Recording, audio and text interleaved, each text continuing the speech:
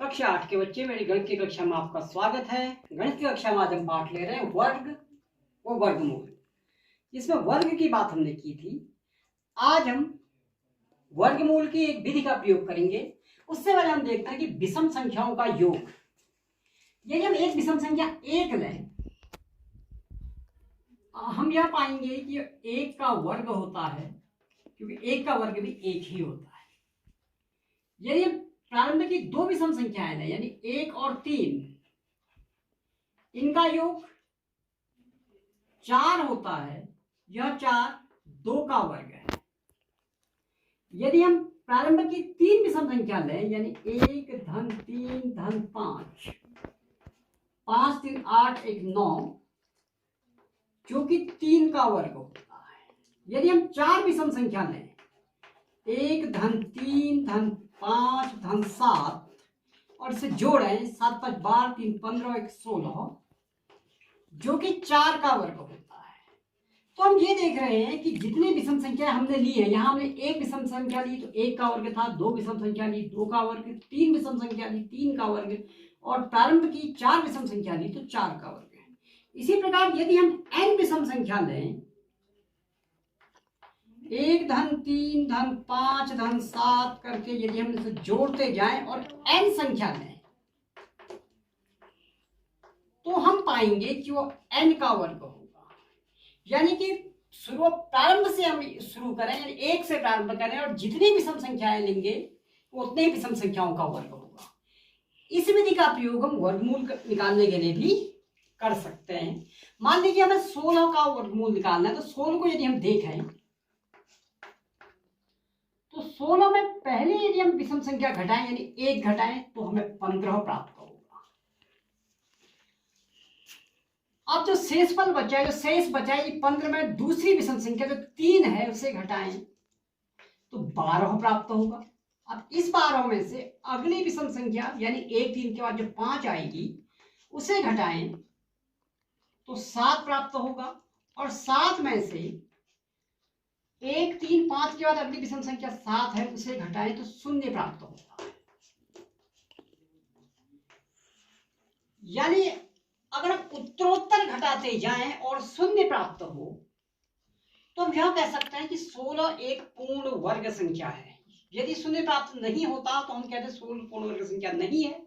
यहां 0 प्राप्त हुआ है तो 16 एक पूर्ण वर्ग संख्या है। अब है कि 16 का वर्गमूल कितना होगा।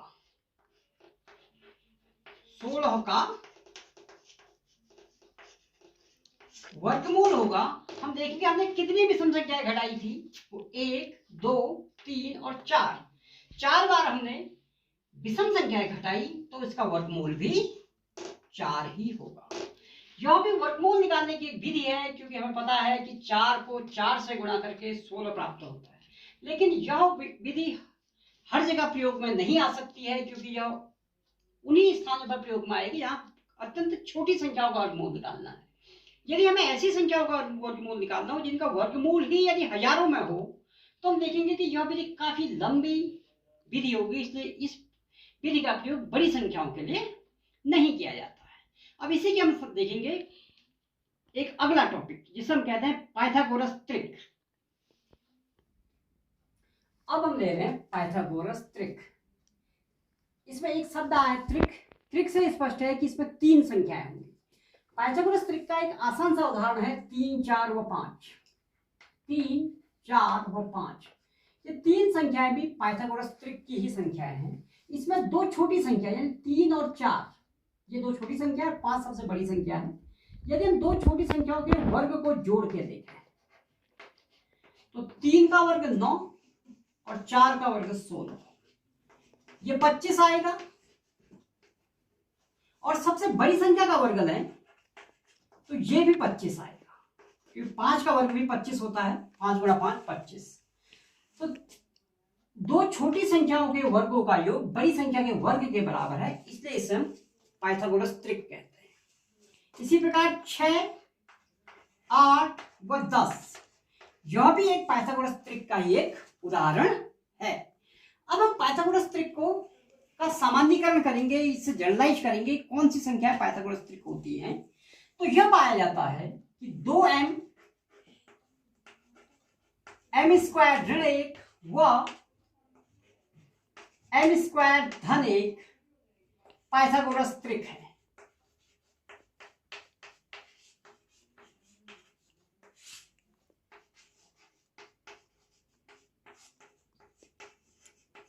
यानी तीन संख्या इस प्रकार से हैं, एक संख्या 2m हो, दूसरी संख्या m स्क्वायर ऋण 1 हो, दूसरी संख्या और तीसरी संख्या m की घात 2 धन 1 हो। तो इन तीनों संख्याओं को हम पाइथागोरस का त्रिक कहेंगे। अब हम करेंगे पाइथागोरस के त्रिक के संबंधित एक आसान सा प्रश्न। हमने एक प्रश्न लिया है कि पाइथागोरस त्रिक ज्ञात करो जिसकी एक संख्या 12 हो। पाइथागोरस त्रिक की संख्याएं होती हैं, अभी बात की थी हमने कि 2m m स्क्वायर ऋण 1 व m स्क्वायर धन 1। एक संख्या 12 है कह रहा है, तो इन तीन संख्याओं में से एक संख्या का मान 12 है। मान लीजिए हम m स्क्वायर धन 1 को 12 मानते हैं, तो हमारे पास m स्क्वायर होगा 12 और ऋण 1 जो होगा 11। किसी भी संख्या का वर्ग 11 नहीं होता है, क्योंकि 11 एक पूर्ण वर्ग नहीं है। 11 एक पूर्ण वर्ग नहीं है, तो हम कहेंगे कि m स्क्वायर धन 1 12 के बराबर नहीं है, यानी ये स्थिति संभव नहीं है। अब हम इस संख्या को लेते हैं, क्या यह 12 के बराबर होगा? m स्क्वायर ऋण 1 बराबर 12, m स्क्वायर बराबर होगा 12 धन 1 जो हो जाएगा 13। इसे भी हम कहेंगे कि संभव नहीं, क्योंकि 13 भी एक पूर्ण वर्ग नहीं है। अब हम 2m को 12 के बराबर रखते हैं, 2m बराबर 12, m बराबर 12/2 जो कि होगा 6, यानी m का मान 6 है। तो अब हम m स्क्वायर ऋण 1 निकाल सकते हैं, जो होगा 6 का वर्ग ऋण 1। 6 का वर्ग होगा 36, 6 गुणा 6 36, ऋण 1 बराबर 35। इसी प्रकार m स्क्वायर धन 1 निकालेंगे,